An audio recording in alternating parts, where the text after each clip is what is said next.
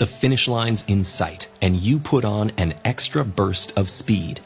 As your legs pick up the pace, your breathing gets deeper, your heart pounds faster, and sweat pours over your skin.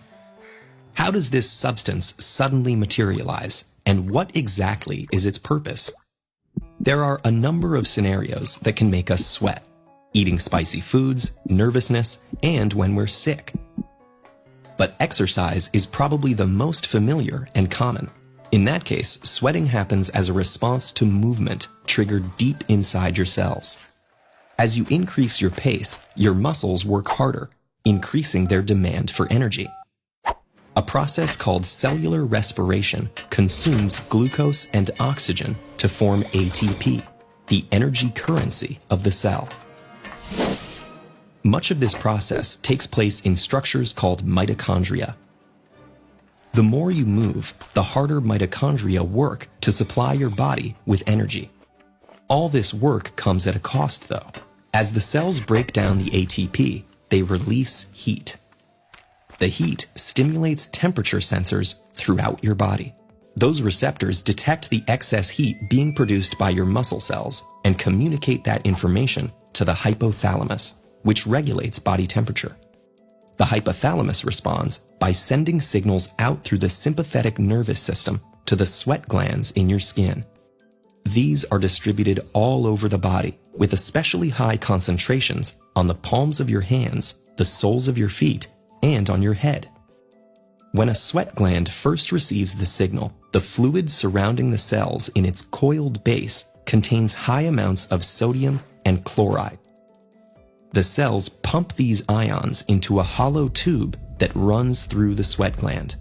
Then, because it's saltier inside the tube than outside, water moves into the tube by osmosis.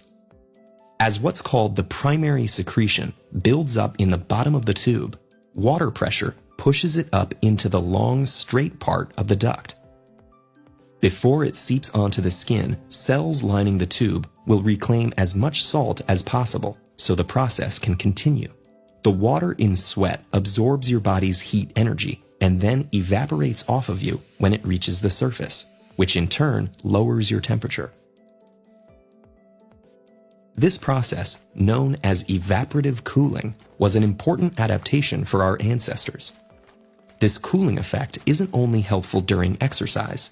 We sweat in many other scenarios too. Eating particularly spicy food makes some people sweat profusely from their faces. That happens because spices trigger the same neural response in the brain that activates temperature receptors, which usually respond to increased heat. Sweating is also part of the fight or flight response, stimulated by stressful scenarios like asking someone on a date or interviewing for a job. This happens because adrenaline stimulates muscle activity and causes blood vessels to widen. Two responses that increase heat and trigger the sweating response. And sweating also occurs when we get sick. When we're feverish, we sweat because infections stimulate the hypothalamus to increase muscle activity, which in turn releases more energy as heat. That increases your overall temperature, a protective mechanism that makes your body less habitable for infectious agents. Like with running, sweating helps your body vent that heat.